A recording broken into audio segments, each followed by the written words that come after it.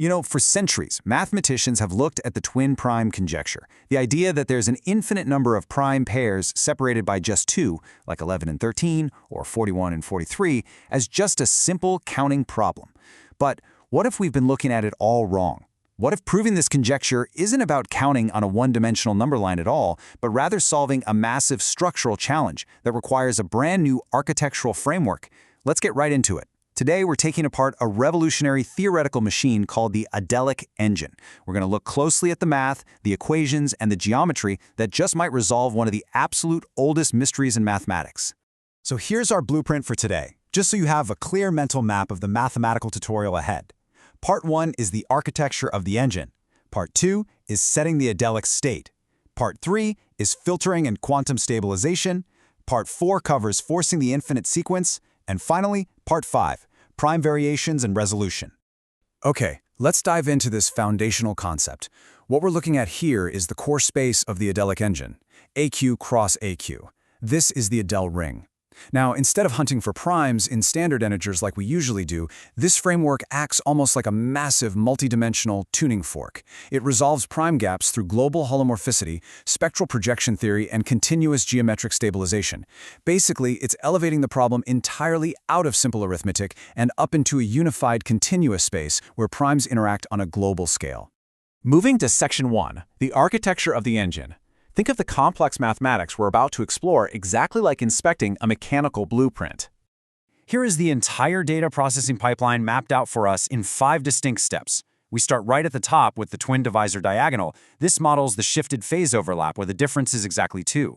Then, a Satake transform feeds this directly into the Rankin Selberg L-function to generate our sieve constants. Next up, a quantum J-flow engine steps in to smoothly stabilize the metric form. And by applying the Gillet Soulé Index Theorem, it maps continuous spectral poles to non-zero volumes. Finally, this very strict pipeline leads us all the way down to the infinite twin cycle space, which unconditionally forces an infinite sequence of pairs. So that's exactly where we're heading. Now for Section 2, setting the Adelic state. To really grasp how this pipeline actually hums to life, we need to zoom right in on Step 1 of our schematic.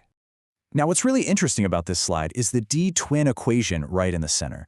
Notice the notation there. X and Y are elements of AQ cross AQ, and their difference equals exactly 2 times the identity element of the Adele ring.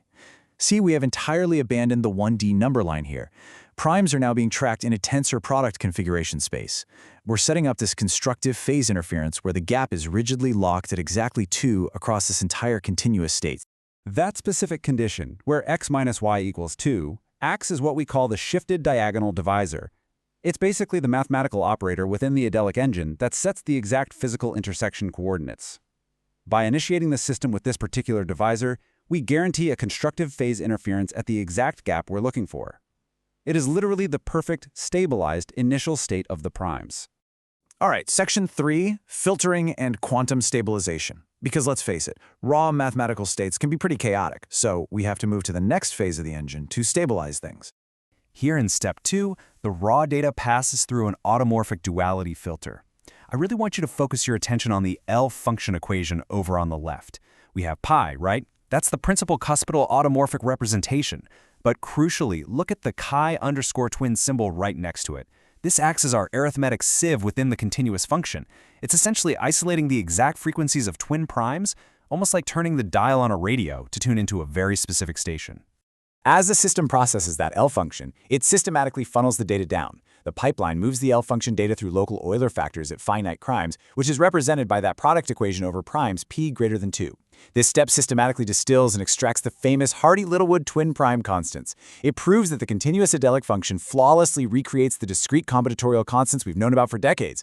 Honestly, it's a stunning aha moment when you see the continuous geometry perfectly output the discrete math like that. And this brilliantly illustrates the stabilization process in Step 3.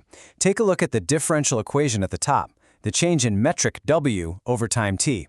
If you look at the graph, you'll see the metric variance starting out incredibly noisy, spiking wildly up and down. But as the quantum J-flow sieve engages over time, it forces those chaotic fluctuations to smooth out, eventually arriving at a perfectly flat, stabilized metric form labeled W_inf. The math literally calms the chaos. So you might be wondering, why doesn't the function just collapse or spiral off to infinity during this flow?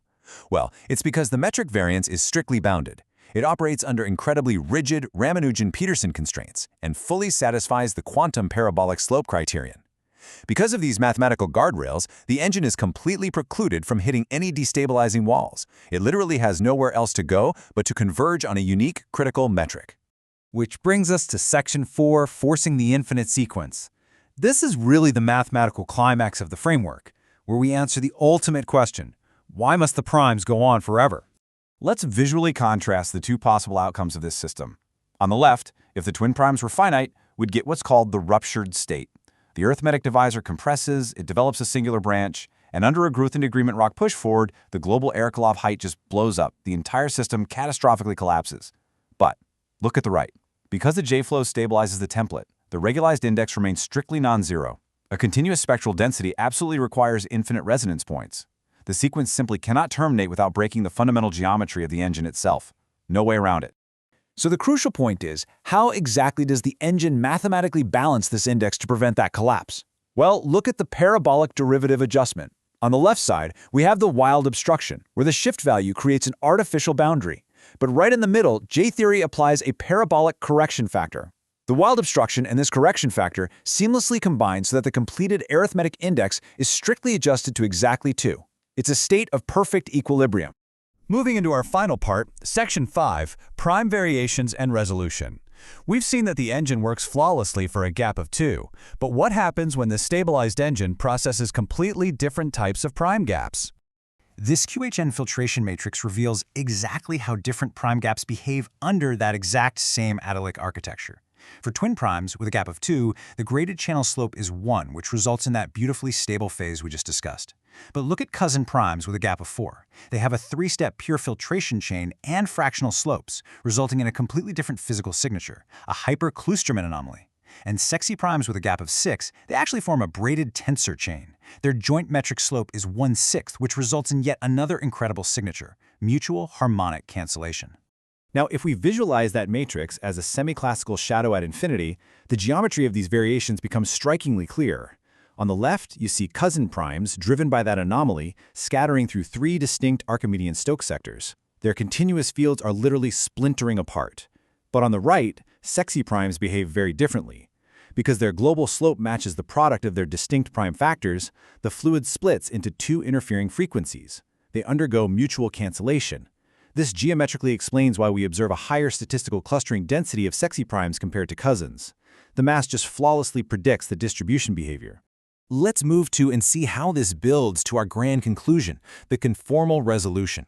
When we step back, the Adelic Langlands Program proves that the sequence of twin primes can never terminate. These pairs aren't just isolated anomalies or random coincidences. They are exact structurally required geometric anchors within the Bridgeland stability landscape. The global thermodynamic conclusion of this entire framework is just stunning. It shows that the continuous geometry of the universe at infinity actually requires continuous anchoring by an infinite, unbroken lattice of twin prime arithmetic cycles. The Adelic engine takes a question about simply counting numbers and completely transforms it into a profound revelation about the architecture of continuous space itself. Which leaves us with one final incredible thought. If the continuous geometry of the universe actually requires anchoring by an infinite, unbroken lattice of twin prime arithmetic cycles, what other mathematical mysteries are hiding within the fabric of infinity? Keep questioning, keep exploring, and let the architecture of mathematics continue to absolutely amaze you.